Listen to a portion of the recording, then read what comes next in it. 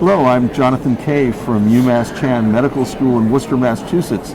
I'm here at ACR Convergence 2023 in San Diego, California, and I'm here with Professor Andrew Cope of King's College London, who presented yesterday afternoon an incredibly important study, the APIPPRA study, the APIPPRA trial, abstract 835. This is a study of prevention of rheumatoid arthritis.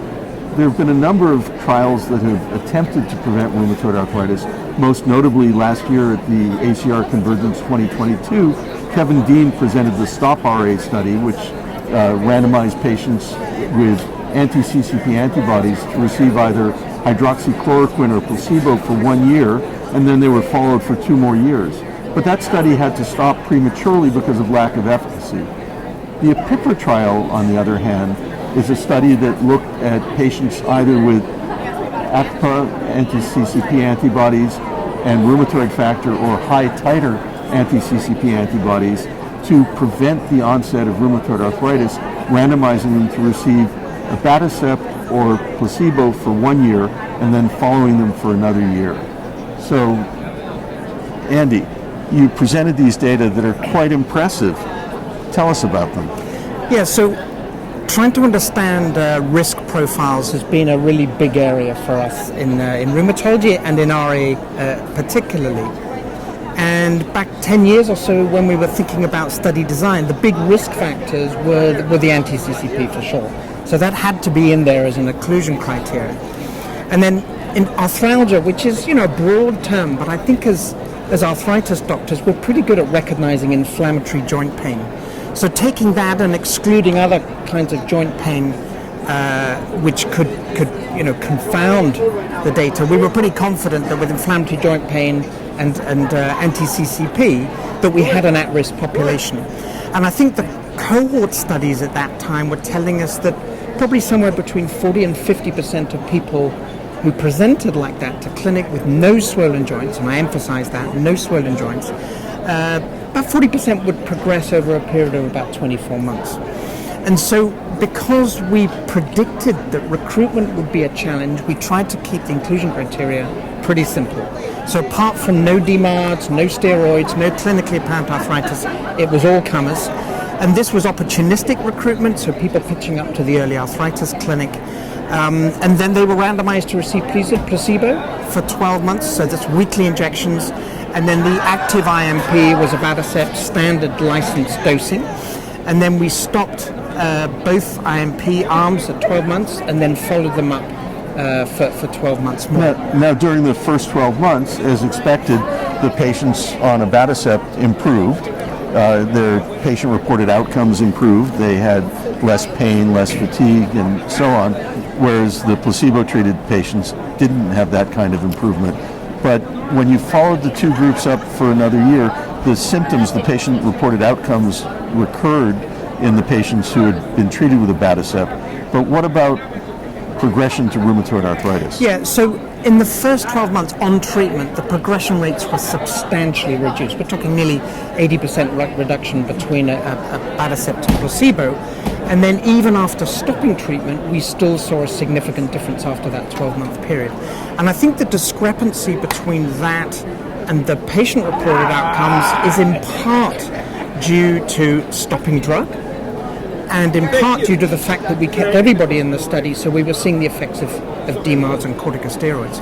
But I think for us, the really big take-home is that a lot of these rather vague musculoskeletal symptoms, plus fatigue, work instability, sleep disorders, we don't know what the mechanism of that is, but to see improvements of that on drug is giving us a hint that an active adaptive immune response and an adverse immune reaction may somehow be contributing to that. And if you modulate co-stimulation, you're going to have an effect. So in terms of the patients who are most likely to benefit from this, when you looked at the 2-year data, you saw that there was some progression to rheumatoid arthritis, even among those patients who've been treated with abatacept. Correct. But when you looked at their immune response, at the repertoire of anti-CCP antibodies, the amount of immune activation really distinguished a group that was more likely to respond to abatacept. Correct. And I think what we've defined, and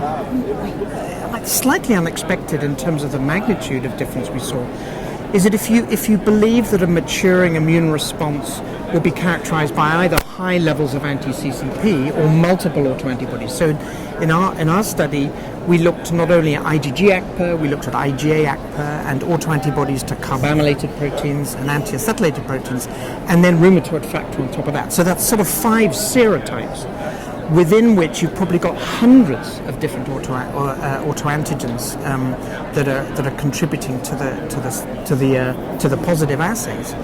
We saw very, very low progression rates in the abatacept arm compared to the ITT analysis. So it's suggesting that if you target people where that immune response is really rolling, they seem to be responding better to abatacept. Now, there's another study that was done looking at abatacept to prevent rheumatoid arthritis, the ARIA study from Georg Schett's group. And there they required patients to have some MR evidence of synovitis, even though they had no clinically evident synovitis by palpation. Yep, correct. So in that study, slightly different design. It was 6 months treatment, 12 months follow-up off drug. And then for study entry, either tenosynovitis, bone marrow edema, or synovitis, and their primary endpoint was a full change in the MRI scores, or a 1-point change. And that primary endpoint was met. So what that's telling you is that, and these people had no clinical swelling, so this is telling you that the drug is targeting subclinical inflammation. And in their secondary outcomes, also efficacy, and they saw very, very similar things to us too, also with the PROMS improvements on drug. Now, abatacept targets T-cell co-stimulation. Daniela Gerlag and Paul Peter Tack looked at a single dose of rituximab, an antibody against B cells, an anti-CD20 antibody, and found that a single dose delayed the onset of rheumatoid arthritis by about 11 months, but did not prevent rheumatoid arthritis from developing. So do you think that addressing T cells in terms of prevention might be a more promising approach? I think we have to think very carefully about the dosing. So, for example, this was fixed dosing, and it was really just to dip our toe in the water and say, can we recruit people into these studies? I think in hindsight, one argument would be we just need to treat for longer, and that may be the case for the rituximab too. If they're dosed every 6 months or every 12 months, their outcomes might have been different. And it all comes down to trying to stratify for the very highest risk groups, 70-80% chance of progression, and the safety. I mean, these drugs, we're very familiar with them. I mean, to be able to talk to an at-risk individual and say, we're going to test a drug that's licensed for RA is a big advantage over maybe talking about some drug where the safety and the efficacy is not known.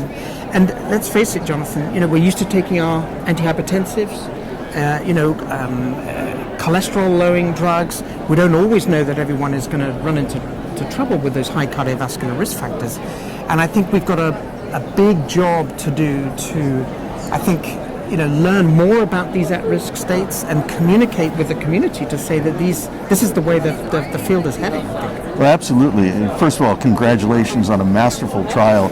It's a tremendous amount of work to recruit for a trial like this and to conduct a trial like this. And not only did you succeed in that, but you had positive, very informative results. Prevention of rheumatoid arthritis is really the new paradigm. The current approach to treatment is effective, but we can't abrogate disease activity in everybody. If we can prevent rheumatoid arthritis from developing in at-risk individuals, we will certainly improve the health of our population. We may have fewer patients with rheumatoid arthritis to treat chronically, but personally, that would be a great success. So thank you very much, Andy. Thanks, Jonathan. I'm Jonathan Kay for Room Now. More from ACR Convergence 2023. Go to roomnow.com. I'm Jonathan Kay.